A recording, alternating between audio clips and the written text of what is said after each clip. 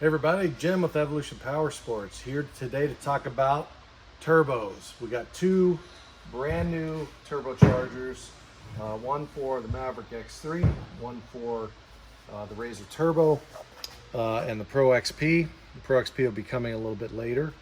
But these are our brand new Dynomite 2.0 turbochargers. And we've been testing what makes them different from the original Dynomite turbos is these are ceramic ball bearing turbos. Okay, we've been testing the CHRA for over a year on both the Razor and the Can-Am, and the benefit of the ball bearing CHRA, number one, is higher boost pressures can be achieved without concern about the turbocharger failing. Number two, long-term durability at high boost, and number three, spool time. Okay, this is why most manufacturers go to a ceramic ball bearing turbo. Is the ball bearing turbo will always spool faster than a journal bearing turbocharger. There's just less rotating mass and less friction in the bearing area.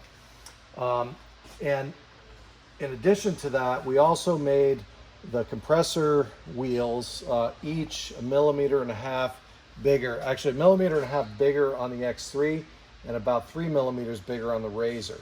And what that means for the Razor customers is, before we used to rate our kits around 270 engine horsepower. Now another probably 20 to 25 wheel horsepower engine horsepower is available, maybe 20 wheel horsepower. And so that, coupled with some of our new Razor engine packages, will let us make more power with the Razor than we ever have before. For the X3, it means we can make a little bit more power with this, and especially at high elevation, we won't be so close to the turbocharger's edge at that 28 pounds of boost level.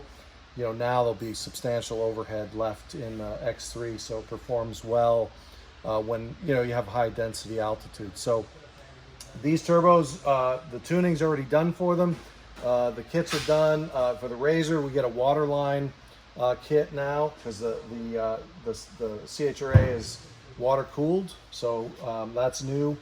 And obviously the X3 was water cooled before.